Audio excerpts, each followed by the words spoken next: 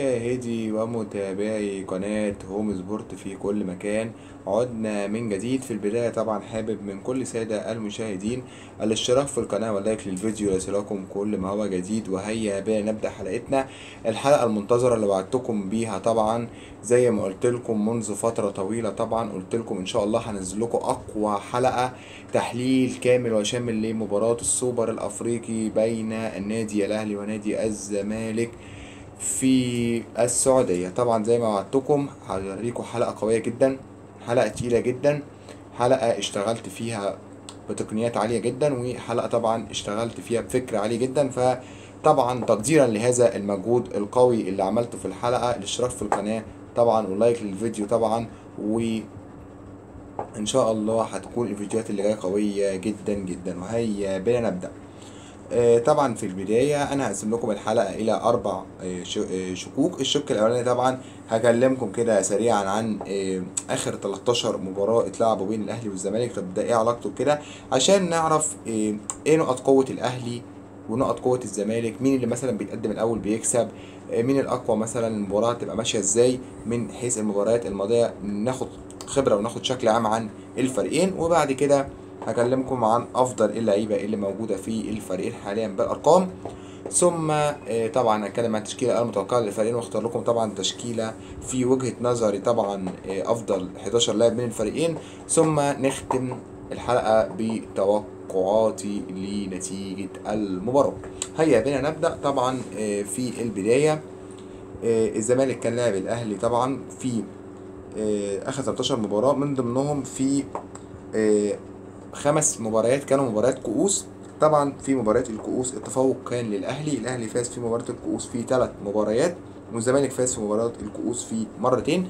الاهلي ال3 مباريات كؤوس اللي فاز فيهم، فاز في نهائي القرن في 2020 2-1، وفاز في نهائي السوبر المصري 2021 بهدفين مقابل لا شيء في الامارات، كان سجل برونو سافيو وكريم فؤاد. وطبعا فاز في اخر مباراه جمعت الفريقين، كانت مباراه كؤوس، كان كاس مصر 2023 في السعوديه، سجل امام عاشور وقفشه. الزمالك فاز في اخر 13 مباراه في الكؤوس، فاز في مباراه سوبر 2020 4-3 بضربات الترجيح، وفاز كاس 2021 2-1، كان سجل زيزو وامام عاشور وحسام حسن كان سجل للاهلي. فانا شايف في مباراه الكؤوس الاهلي افضل، ولكن النسبه متقاربه 3-2، يعني مش رقم كبير في اخر 5 نهائيات، فرقم متقارب جدا. فده يدل بردك ان الزمالك ايا كانت حالته كويسه او لا بيكون كويس في مباريات الكؤوس. في الفترة الأخيرة الأهلي بردك إلى حد ما أرقامه متقاربة، زي ما بقول لكم 3-2، فأرقام متقاربة، فده يدل إن مباراة الكؤوس كمان بتبقى مختلفة عن مباريات الدوريات. وزي ما قلت لكم قبل كده مباراة الأهلي والزمالك بشكل عام ما بيبقاش ليها الافضل يكسب، لا ما بيبقاش ماشي تحت هذا المبدأ. بيكون مباراة قوية جدا وفي منافسة قوية، وممكن يكون الأهلي أفضل والزمالك يكسب، ممكن يكون الزمالك أفضل والأهلي يكسب، ممكن يكون الأهلي أفضل والأهلي يكسب، وممكن الزمالك يكون أفضل ويكسب. يعني أنا شايف مثلا مباراة الزمالك والأهلي في 2020 سوبر، أنا شايف الأهلي كان أفضل والزمالك فاز. نهائي الكاس 2021 انا شايف لا الزمالك كان افضل والزمالك فاز. بالنسبه للزمالك. بالنسبه للاهلي انا شايف الاهلي في نهائي 2020 الزمالك كان افضل والاهلي فاز. وفي نهائي السوبر 2021 الاهلي كان افضل والاهلي فاز. الزمالك للاسف ما فيش تقريبا غير كره زيزو اللي راحت في العارضه في ماتش نهائي اللي كان في الامارات في نهائي السوبر 2021، فالاهلي كان افضل والاهلي فاز. والكاس الاخير انا شايف الزمالك كان افضل والاهلي هو اللي فاز. فده زي ما قلت لكم مش شرط الافضل يفوز، دي بردك حبيت اكلمكم عليها. بالنسبه بقى لاخر 13 مباراه الافضليه للاسف للاهلي، الاهلي فاز في 7 مباريات والزمالك فاز في 4 مباريات، وانتهت التعادل في مباراتين. بس طبعا حابب اتكلم في نقطه ايه هي الزمالك ازاي يفوز، وبعد كده نروح الاهلي ازاي يفوز. بالنسبه للزمالك انا شايف الزمالك لو عايز يفوز لازم اول هام الزمالك في ال4 انتصارات اللي حققهم، بردك عشان تبقوا فاهمين التوقعات بتيجي ازاي، وان الواحد بيشتغل ازاي وبيشتغل شغل عالي قوي. الزمالك لما بيفوز لازم الزمالك في الاول هو اللي يسجل. الزمالك لو هو اللي سجل في الاول الزمالك هيفوز، او ان الاهلي ما يسجلش. يعني المهم ان الزمالك يا اما يسجل الاول يا الاهلي ما يسجلش، في الحاله دي الزمالك هيفوز. لو الاهلي هو اللي سجل الاول الاهلي بيفوز. يعني الزمالك لما فاز في نهائي السوبر المصري 2020 الزمالك ما سجلش ولا الاهلي سجل، يعني الزمالك ما تلقاش مرمى اهداف. ماتش 3-1 اللي فاز فيه الزمالك، اللي الزمالك سجل الاول هدف عن طريق زيزو، هو اللي فتح التسجيل، زيزو في الدقيقه تقريبا 13. بعد كده قطع عادل ياسر ابراهيم، وبعد كده سجل مصطفى محمد اسامه فيصل، وانتهت المباراه 3-1. بس يدل ان مين اللي سجل الاول؟ الزمالك. بعد كده نهائي القرن 2021 مين اللي سجل الاول؟ الاهلي عن طريق عمرو السولية في الدقيقه 6. فلما الاهلي بيسجل الاول بيفوز، فدي نقطه برضك حبيت اقول لكم عليها. دوري 2021 الاهلي مين اللي سجل الاول؟ الاهلي عن طريق محمد شريف في شباك جنش، فقدر الاهلي يفوز. الزمالك بالرغم في 2021 بعد كده دوري 2021 انه يتعادل مع الاهلي بهدف ساسي وصلاح محسن، بس صلاح محسن سجل الاول. فمعنى الكلام ان الزمالك لما بيسجل الاول بيفوز، ولكن الاهلي لما بيسجل الاول دايما بيفوز، وفي اسوأ الاحيان بيتعادل. ولكن دايما الزمالك عايز يكسب لازم يسجل او ما يخشش في مرمى اهداف. الزمالك تسجل في مرماه او خلاص لبس الجون الاولاني بنسبه كبيره الفوز بيكون صعب جدا. بعد كده ماتش ال5-3 الاهلي كان سجل في الشوط الاول تقريبا ثلاثيه، بعد كده الزمالك رجع وانتهت المباراه 5-3. ماتش 2-2 يعتبر افضل احوال الزمالك، والزمالك ساعتها كان معاه فريق قوي وبن شرقي وشيكابالا رجعوا يتعادلوا، لكن محمد شريف كان سجل الاول. بعد كده اهو نهائي الكاس الزمالك فاز 2-1 ليه؟ الزمالك سجل الاول عن طريق زيزو بضربه راسيه في الدقيقه 6. بعد كده الاهلي سجل في الاول، وخصوصا في النهائيات زي ما قلت لكم برونو سافيو سجل وكريم فؤاد والاهلي فاز. بعد كده الاهلي فاز في الدوري 3-0، الاهلي بردك فاز ليه؟ لان الاهلي سجل الاول عن طريق كهربا. بعد كده ماتش الدوري الشحات سجل في الاول هدفين وعلي معلول سجل، فالاهلي فاز 4-1. بعد كده الزمالك ما قدرش يسجل في نهائي الكاس 2023 لما الاهلي سجل الاول عن طريق امام عاشور، الاهلي فاز. واخر مباراه حتى المباراه الاخيره اللي كانت في الدوري اللي الزمالك فاز 2-1، الزمالك فاز عشان سجل الهدف الاول عن طريق سيف الدين الجزيري في الدقيقه 44. فده يدل الزمالك لو سجل الاول الزمالك فاز، الزمالك ما سجلش والاهلي سجل في مرماه بنسبه كبيره الاهلي هيفوز، لان في الدوري بيرجع الزمالك بيرجع في الدوري، ولكن دايما في مباراه الكاس الاهلي كسب سجل كسب، الاهلي سجل كسب. زي ما قلت لكم 2021 سوبر 2021 الاهلي سجل كسب، ما قدرش الزمالك يرجع. دوري ابطال افريقيا 2020 الاهلي سجل كسب. نهائي الكاس الماضي الزمالك ما قدرش يسجل، الاهلي سجل هدفين الاهلي فاز. فدي نقطه ثالثه. نروح بعد كده بقى الى ارقام مهمه. اكتر لاعب في الجيل الحالي ما زال في الفريقين ولسه بيلعب سجل اهداف هو زيزو، سجل 4 اجوان. محمد شريف سجل اكتر، سجل 7 اهداف، ولكن محمد شريف خلاص مش موجود في الاهلي حاليا. ثم يليه تقريبا شيكابالا بردك سجل 4 اهداف، سجل 3 اهداف في الفتره الاخيره، سجل هدف في نهائي القرن، وسجل هدف في دوري 2021، وسجل هدف في دوري 2022، ولكن كان له هدف سابق في مرمى الاهلي في كاس 2009. فتوتال هو له 4 اهداف في الفتره الحاليه، 3 وهدف سابق. قفشه سجل هدفين، ده يعتبر من الهدافين في الاهلي، والشحات هدفين، بس الشحات له هدف سابق في شباك الزمالك كان في ماتش السوبر 2019 اللي انتهى 3-2. فتوتال 3، لكن في 13 مباراه الزمالك زي ما قلت لكم شيكابالا في الزمالك عنده 3 اهداف زي هدف سابق، الشحات عنده هدفين في 13 مباراه اللي فاتوا وهدف سابق قبل كده، وقفشه عنده هدفين، هدف في نهائي القرن وهدف في نهائي الكاس 2023. طبعا دي بعض الارقام. بردك في توقع للذكاء الاصطناعي بيتوقع فوز الاهلي بنسبه 65% والزمالك 35%. طبعا دي ارقام بردك كلها انا جمعتها، فحبيت اي ارقام جمعتها واي احصائيات جمعتها اقولها لكم في الفيديو. توقعي انا الشخصي هقوله لكم طبعا اخر الفيديو، انا حاطه طبعا في الخانه بس هقوله لكم اخر الفيديو. التوقع التاني طبعا اللي قلت لكم عليه، هدف الاول للاهلي يساوي فوز الاهلي. طبعا ده رقم انا قلت لكم في الاحصائيات وبقوله لكم تاني.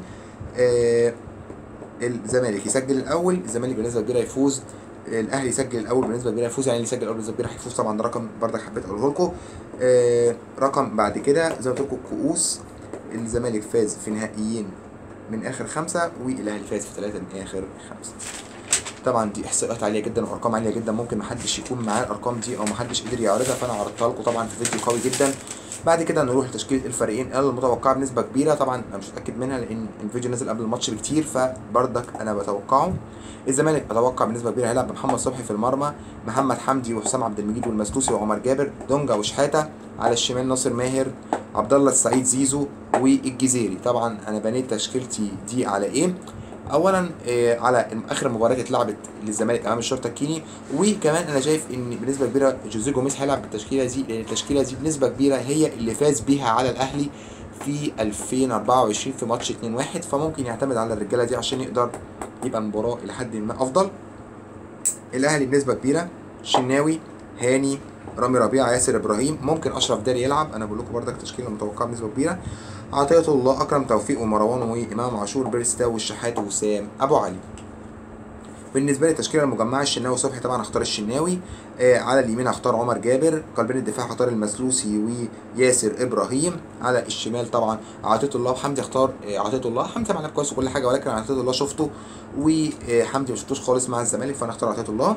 خط الوسط اختار مروان عطيه مع عبد الله السعيد مع امام عاشور. على الجناح اليمين زيزو، على الجناح الشمال الشحات. وفي الهجوم طبعا انا هختار سيف الجزيري، برغم ان اسامه ابو علي مقدم ماتشات قويه، ولكن في مباراه القمه انا شايف اللي كان ظاهر افضل الجزيري. الجزيري له رقم كمان مميز برضك، بما ان الارقام المميزه. الجزيري بجانب ان هو سجل هدفين في الماتش اللي فات امام الاهلي، الى انه انا شايفه مهاجم خطير جدا ومهاجم متحرك جدا، وبيقدر يستغل ماتش الاهلي وبيقدر يعمل خطوره، وكان له دور كبير في نهائي الكاس في 2021 في الاسيست اللي عمله طبعا لما الشناوي طلع وعمل الكره بالعرض وزيزو سجلها طبعا، وكان بيتحصل على ضربات جزاء كتيره في مباراه الاهلي. فانا شايف الجزيري ارقامه مميزه جدا، خصوصا في مباراه الاهلي. وسام علي مهاجم كويس، ممكن يبقى له ارقام كويسه ممكن، ولكن انا مش شايف له ارقام لانه لسه ما لعبش غير مباراه واحده وما قدرش يعمل حاجه قدام الزمالك. بالنسبه لي كمان من اللعيبه المميزه جدا اللي لها ارقام مميزه امام الزمالك زي ما قلت لكم حسين الشحات، بيبقى متالق وله اسيستات وارقام كويسه جدا. زيزو بردك متالق وله بصمه قويه مع الزمالك امام الاهلي، سجل 4 تجوان، هدفين من لعب مفتوح وهدفين من ركلات جزاء. طبعا ناصر ماهر بردك انا شايفه كان متميز جدا في المباراه الماضيه. بالنسبه لي كمان المميز جدا في الاهلي امام عاشور، طبعا بيقدر يستغل المساحات في ظهر دفاع الزمالك وبيتقدم ويخش الصندوق زي ما عمل في ماتش كاس مصر 2023 في السعوديه. ده بالنسبه لي التشكيله المجمعه وارقام عن اللاعبين. جوزيه جوميز انا شايف عنده نقطه كويسه جدا كمان ما حدش قدر يتكلم عليها. جوزيه جوميز انا شايفه بيدافع بطريقه كويسه جدا خصوصا في ماتشات الاهلي، وبيحجم خطوره الاهلي، ولكن لازم نركز في نقطه، لازم ان اللعيبه اللي عند الامام في الزمالك تخلص، عشان طبعا الاهلي بيجي في الدقائق الاخيره 85 86 زي ما حصل في نهائي القرن، وزي ما حصل في نهائي السوبر، وزي ما حصل في نهائي كاس مصر 2023، بيستغل الدقائق الاخيره دايما بيسجل فيها. فالزمالك لو قدر ان هو في الدقائق الاخيره يركز وما يخشش في مرمى اهداف، لان في الدقائق الاخيره دايما دفاع الزمالك بينهار، هيقدر الزمالك يفوز بنسبه كبيره. دي بردك نقطه ضعف عند جوزيه جوميز وعند الزمالك بشكل عام، حبيت اتكلم عليها ان دايما بعد دقيقه 80 الزمالك بينهار وبيقع بدنيا وفنيا، فلازم يركز على النقطه دي. لو قدر يقف صح الزمالك هيبقى له افضليه في الفوز. الاهلي افضليته كلها لو قدر يسجل هدف في اول ربع ساعه زي ما قلت لكم، او قدر يسجل هدف في اخر 10 دقائق، يعني اول 10 دقايق واخر 10 دقايق او اول ربع ساعه واخر ربع ساعه، هي نقطه قوه الاهلي بنسبه كبيره. معظم المباراه بيكون الزمالك هو الافضل، ولكن دايما الاهلي بيفوز يا اما اول ربع ساعه يا اخر ربع ساعه. اول ربع ساعه يسجل جون او جونين يخلص بيهم الماتش زي ماتش ال5-3 وزي ماتش ال4-1 الماتش بتفتح، او في اخر الدقائق زي ماتش السوبر اللي زي ما قلت لكم عليه في 2023، وماتش الكاس في 2023، وماتش نهائي القرن. دايما اول دقايق واخر الدقايق، لو سجل الاهلي في اول دقيقه وفي اخر الدقايق استغلهم الاهلي فاز. الزمالك لو قدر يستغل دايما اخر الشوط الاول، دايما انا شايف نقطه القوه بتبقى نقطه قوه كبيره قوي عند الزمالك في اخر الشوط الاول زي ما سجل الجزيري في مباراه اللي طبعا ال 2-1 في 2024. وبدايه الشوط الثاني انا شايف بيبقى الزمالك قوي جدا، وكان الشوط الثاني بدايه قويه جدا للزمالك في نهائي الكاس الماضي، ولكن الزمالك ما بيستغلش النقطه دي، فدي نقطه كمان حبيت اتكلم عليها. دي طبعا بالنسبه لي يعتبر شغل قوي جدا، يا ريت طبعا الكل يقدر الشغل ده واعلى التقنيات اللي استخدمتها. طبعا اخر حاجه هختم بيها زي ما قلت لكم، توقع الذكاء الاصطناعي فوز الاهلي بنسبه 65% الى 35% للزمالك. توقعي انا الشخصي طبعا هختم بيه حلقتي، اتوقع فوز الزمالك بضربات الحظ الترجيحيه، ولكن هرجع واقول لكم الزمالك لو سجل الاول الزمالك فاز، الاهلي لو سجل الاول الاهلي فاز. الزمالك والاهلي ما حدش سجل فيهم والماتش انتهى 0-0، الزمالك بنسبه كبيره هيفوز بضربات الحظ الترجيحيه، لان انا شايف كده دايما الزمالك لما بيروح لضربات الجزاء بشوفه افضل، مش عارف ليه. بس انا شايف في اخر، ممكن زي ما قلت لكم، اخر 10 سنين الاهلي والزمالك لما كانوا بيلعبوا ضربات جزاء دايما الزمالك كان بيفوز. في زي ما قلت لكم في 2020 لما وصلوا نهائي السوبر المصري 2020 الزمالك فاز ضربات الجزاء، وقبل كده حتى كان 2017 بردك لما ماتش 0-0 وصل ضربات جزاء الزمالك فاز. دي نقطة حبيت اتكلم عليها، وبردك كده نقطة على الماشي بردك حبيت اتكلم عليها عشان تأكد كلامي. دي نقطة بقى صفحة تالتة خالص بقى هجيبها لكم ان شاء الله كمان هتكلم فيها بختم حلقتي بردك عشان تأكد كلامي. اخر 5 نسخ من السوبر الافريقي، طبعا النسخة الاولى انتهت 3-1 للزمالك على حساب الترجي الرياضي التونسي، كانت في نسخة 2020 عشان الزمالك سجل الاول فاز، فدي نقطة بردك حبيت اكلمكم عليها. في 2021 كان الاهلي فاز بيها بهدفين مقابل لا شيء على حساب فريق نهضة بركان المغربي. طبعا فريق نهضة بركان ده اللي خده طبعا الزمالك على حساب الكونفدرالية الماضية في 2021. طبعا سبب فوز الاهلي ان الاهلي سجل الهدف الاول في الدقيقة 50، فاللي سجل الاول فاز اهو زي ما قلت لكم. ونقطة تانية كمان برضك تأكد على كلامي ان الاهلي سجل الهدف الثاني في الدقيقة تقريبا 81 عن طريق صلاح محسن. بعد كده المباراة اللي بعد كده كانت 1-1 الاهلي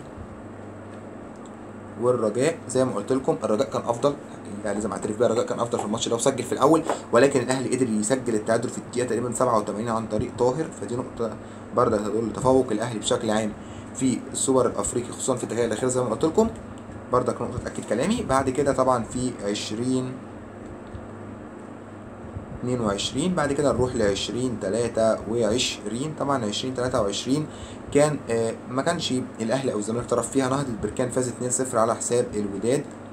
بس النقطة بردك اللي كلامكم فيها نهضة بركان سجل الأول فاز، دي بردك نقطة بس تأكد لي كلامكم وتأكد الكلام اللي بقوله. آخر حاجة وآخر نهائي كان الأهلي واتحاد العاصمة الجزائري في 2024 كان فاز اتحاد العاصمة الجزائري بهدف اللاعب الجزائري الدولي طبعا اللي كان عايز يجي الأهلي وخلاص راح بلجيكا، زين الدين بالعيد.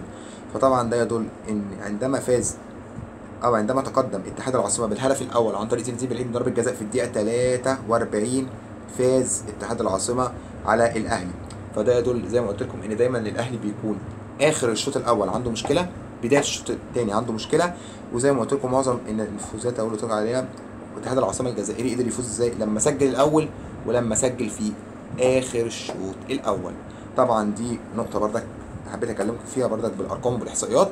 نقطه اخيره بردك اقول لكم عليها ونختم الحلقه. طبعا على الورق ممكن الاهلي عنده افضليه شويه من حيث العناصر ومن حيث المدرب ومن حيث التجانس ومن حيث قوه التشكيله، ولكن في نقطه بردك حبيت اقول لكم عليها. اتحاد العاصمه الجزائري السنه اللي فاتت ما كانش اقوى من الاهلي، الاهلي كان تقريبا بنفس الاسامي. ايه سبب فوز اتحاد العاصمه الجزائري؟ زي ما قلت لكم سجل الاول وقدر يقفل الماتش كويس وقدر يستغل عناصره بطريقه كويسه وقدر يلعب عليها المدرب الحقيقه الكويس جدا عبد الحق بن شيخه طبعا اللي حاليا كان في سيمبا التنزاني، ما اعرفش حاليا راح فين. طبعا النقطه ملهاش اي لازمه، بس حبيت اقول لكم مش الافضل بيفوز، لا، دايما بطل الدوري ابطال المفروض يبقى هو الاقوى، ولكن بطل الكونفدراليه انا شايف في الفتره الاخيره اخر تقريبا زي ما قلت لكم 1 2 3 4 5 نسخ انا شايف بطل الكونفدراليه فاز فيه 3، وبطل دوري ابطال افريقيا فاز في 2. بطل دوري ابطال افريقيا المرتين اللي فازهم كان الاهلي، مره على نهضه بركان 2021 ومره على الرجاء المغربي في 2022. لكن انا شايف بطل الكونفدراليه بردك متالق. الزمالك فاز في 2021 وهو كان بطل الكونفدراليه 3-1 والترجي كان فريق اقوى. نهضه بركان فاز على الوداد والوداد كان فريق اقوى، ونهضه بركان فاز في 2023 وهو كان بطل الكونفدراليه. واتحاد العاصمه الجزائري فاز على الاهلي اللي كان بطل الكونفدراليه. اتحاد العاصمه الجزائري والاهلي كان بطل دوري ابطال افريقيا والاهلي كان اقوى، يعني ده بردك مؤشر حبيت اقول لكم عليه. كده احنا وصلنا لنهايه حلقتنا. يا ريت تقدروا طبعا الفيديو بلايك، اشترك في القناه، الفيديو متعوب عليه جدا. الفيديو ده ممكن يكون اقوى فيديو تحليل نزل على اليوتيوب كله. فيديو انا كلمتكم فيه باحدث التقنيات وباقوى التقنيات زي ما قلت لكم واقوى المعلومات. كلمتكم عن اخر 13 مباراه، كلمتكم عن نقاط قوه الزمالك، نقاط قوه الاهلي، نقاط ضعف الزمالك ونقاط ضعف الاهلي. زي ما قلت لكم كل حاجه تقريبا. ان شاء الله بالتوفيق طبعا للكره المصريه بشكل عام طبعا. وان شاء الله التوفيق طبعا لنادي الزمالك وان شاء الله الفوز. وصلنا كده لنهايه حلقتنا. في نهايه الحلقه ما تنسوش زي ما قلت لكم الاشتراك في القناه، لايك للفيديو ليصلكم كل ما هو جديد، وانتظروا الفيديوهات القادمه ان شاء الله. نازل دوري ابطال اوروبا ونازل حلقات قويه جدا الايام الجايه. شكرا على المشاهده وباي.